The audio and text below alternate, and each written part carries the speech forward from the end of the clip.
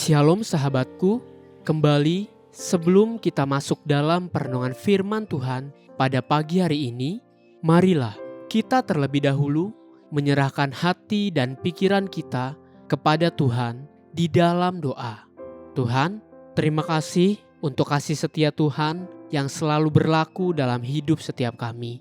Kami ucap syukur karena pagi hari ini kami boleh terus bangun dalam keadaan tubuh yang baik. Tuhan, kembali kami siap untuk diajar dan dituntun melalui kebenaran firman Tuhan. Biar kebenaran firman-Mu ini yang akan mengawali hidup setiap kami sepanjang hari ini. Amin. Pagi hari ini kita akan merenungkan kebenaran firman Tuhan dengan tema kesaksian hidup. Sebuah tema yang mengajak kita untuk belajar rendah hati dengan memeriksa kembali sikap hati kita di hadapan Tuhan. Mari kita buka Alkitab kita di dalam kitab Kisah Para Rasul 4 ayat 13 sampai 14. Demikian firman Tuhan. Ketika sidang itu melihat keberanian Petrus dan Yohanes dan mengetahui bahwa keduanya orang biasa yang tidak terpelajar, heranlah mereka, dan mereka mengenal keduanya sebagai pengikut Yesus. Tetapi karena mereka melihat orang yang disembuhkan itu berdiri di samping kedua rasul itu, mereka tidak dapat mengatakan apa-apa untuk membantahnya.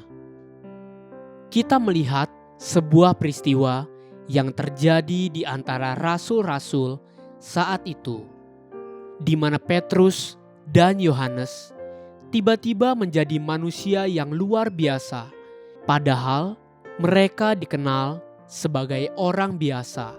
Hari itu, pemimpin-pemimpin Yahudi serta tua-tua dan ahli-ahli Taurat mengadakan sidang di Yerusalem, dan ketika sidang itu melihat keberanian Petrus dan Yohanes dan mengetahui bahwa keduanya orang biasa yang tidak terpelajar, heranlah mereka, dan mereka mengenal keduanya sebagai pengikut Yesus.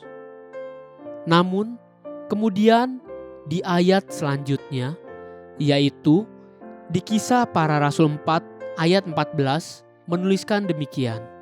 Tetapi karena mereka melihat orang yang disembuhkan itu berdiri di samping kedua rasul itu, mereka tidak dapat mengatakan apa-apa untuk membantahnya.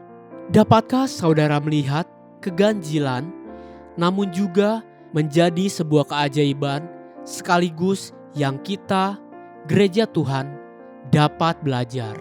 Apa yang dikenal orang dari diri Petrus dan Yohanes adalah keduanya orang biasa yang tidak terpelajar. Namun, kemudian di ayat selanjutnya, orang banyak melihat bukti, yaitu kesaksian hidup dari orang yang disembuhkan berdiri di samping kedua rasul itu. Maka mereka tidak dapat berkata apa-apa untuk membantahnya. Inilah sebuah rahasia penting yang perlu kita mengerti. Dari diri saya sendiri, orang lain tidak akan tertarik dan tidak akan memuliakan Tuhan sama sekali. Namun, ketika mereka melihat bukti kesaksian atau bukti dari hidup kita yang berdampak, maka pencemooh sekalipun akan membungkam mulutnya.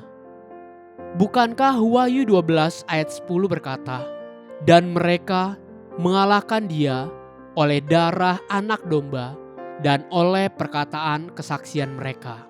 Karena mereka tidak mengasihi nyawa mereka sampai ke dalam maut."